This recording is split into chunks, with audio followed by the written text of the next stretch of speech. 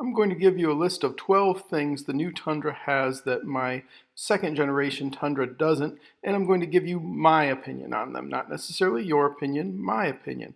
The last time I did something similar to this, we got a lot of people who agreed and a lot who disagreed, and I certainly invite people to do that again.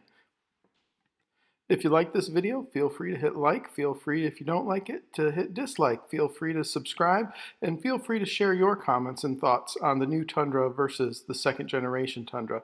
The truth of the matter is, I really wanted to like this truck. I really wanted to buy this truck, but everything about it says it's a compromised vehicle to me, and I can't find anything that says too much different. Right off the bat, I can tell you one of the things I really like about the new Tundra is the rear view camera mirror. I think this is incredibly useful. Of course, GMC has been using it for a while now in their full-size half tons, but I'm glad Toyota added it, and this is definitely a feature I would be glad to have if I had the new 22 Tundra. 1 point for the 2022 Tundra. Now, the second feature is one Toyota truly did come up with on their own, which is the tailgate release near the rear light, where you bump it and it opens. But still, they did some strange things with it. One of the things that I don't have on either of my second gens that you see here that the new gen has, which is probably the most innovative thing that Toyota came up with, is the new way to open your tailgate on the side of the bumper. And it's a little bump, but it's got a couple of curiosities for me. One is, why do you have to have your key with it when you're going to bump it open? If the vehicle's not locked and you just want to open, why can't you bump it? But here's the other one. Why do I got to go all the way around to the driver's side? Most places in America, we park on the passenger side. Why can't I just walk up here and bump that taillight? Why do I got to go into traffic where I might be dealing with something like this? Somebody coming by and then I'm in their way. But I'll still give them a point for it because, hey, it was a very innovative idea. Number 3 is the heated steering wheel. Now, this is kind of an interesting one because obviously my second gen doesn't have it and the 2022 does, but a recent review by Tim Esterdahl of Pickup Trucks Plus SUV, he noted that he actually had to aim the vents onto his hands to keep them warm and to heat up the steering wheel because the heated steering wheel didn't work. For this reason, I'm taking a point back from Toyota because, hey, you gave us a technology that has been in other vehicles for years and you can't even make this work right. That just aggravates your customer.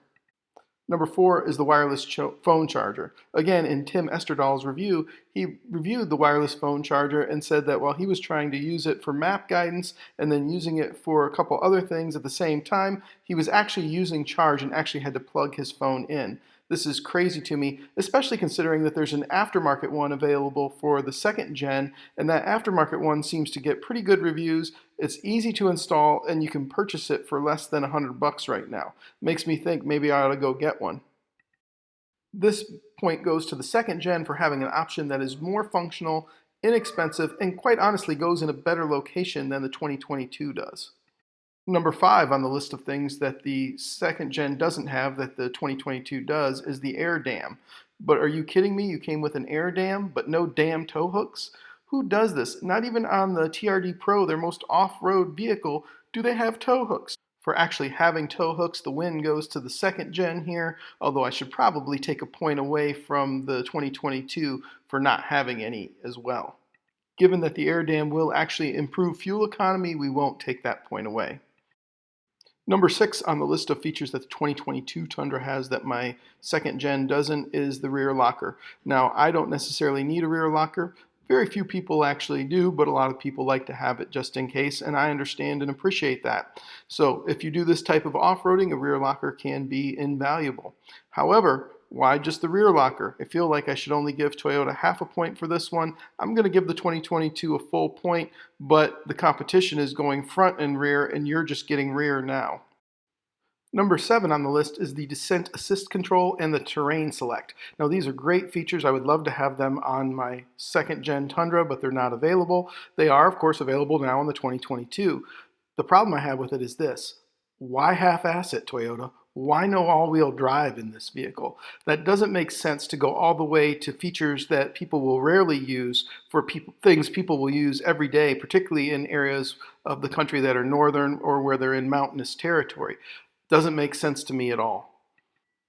For half-assing it, I'm not giving you a full point on this one for the 2022. I'm giving it a half point. Now, number 8 on my list of things would be the rear air suspension. The new Tundra comes with it.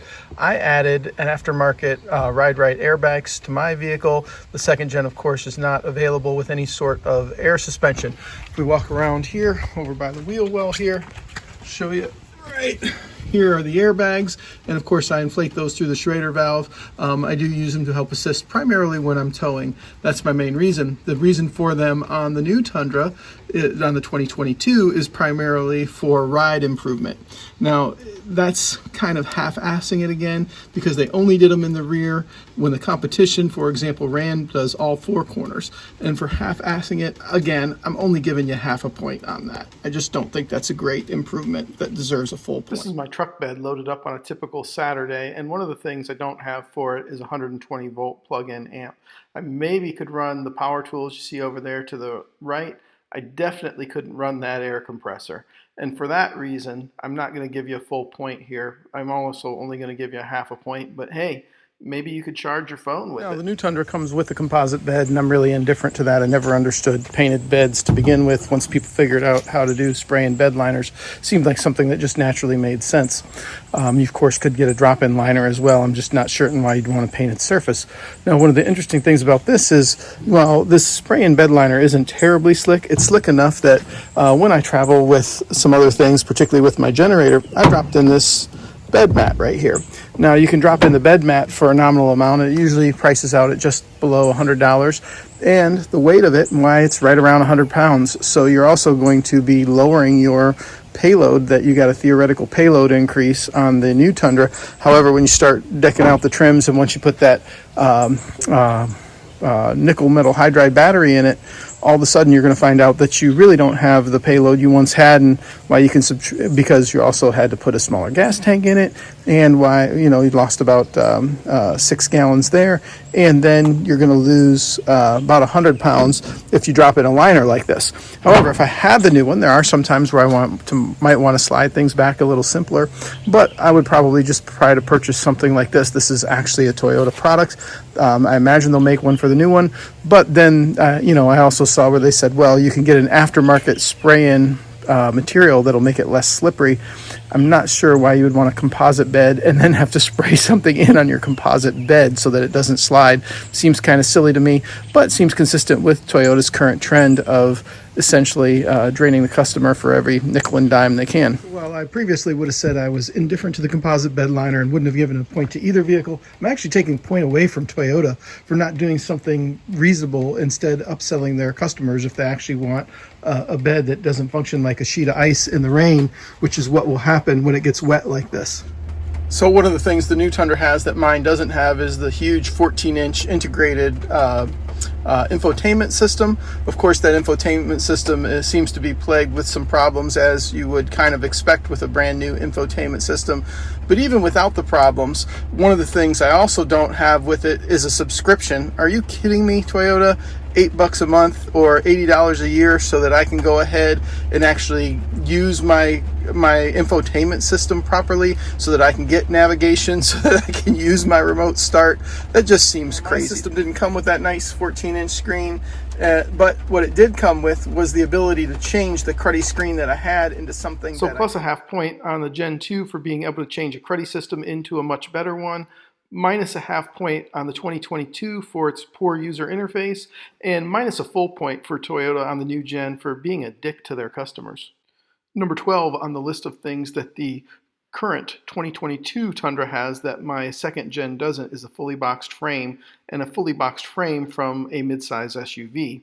When you come down to it, the Toyota Land Cruiser is really their flagship vehicle, sold in over 170 countries, and to about 400,000 units per year, versus the Tundra, which is only sold in America and Canada and sells only about 100,000 units per year. Ultimately, these were decisions that were made that compromised this truck, and it made it essentially a full-size truck on an SUV, and not only that, a mid-size SUV frame. So I'm deducting another full point from Toyota for putting a full-size truck body onto a mid-size SUV frame, and I'm also going to add another point to my second gen Tundra because it actually has a truck platform that it was built on. I know you may not agree with this, but this is the way I see things. So the final tally is as is. And hey, if you got it this far, thanks for watching.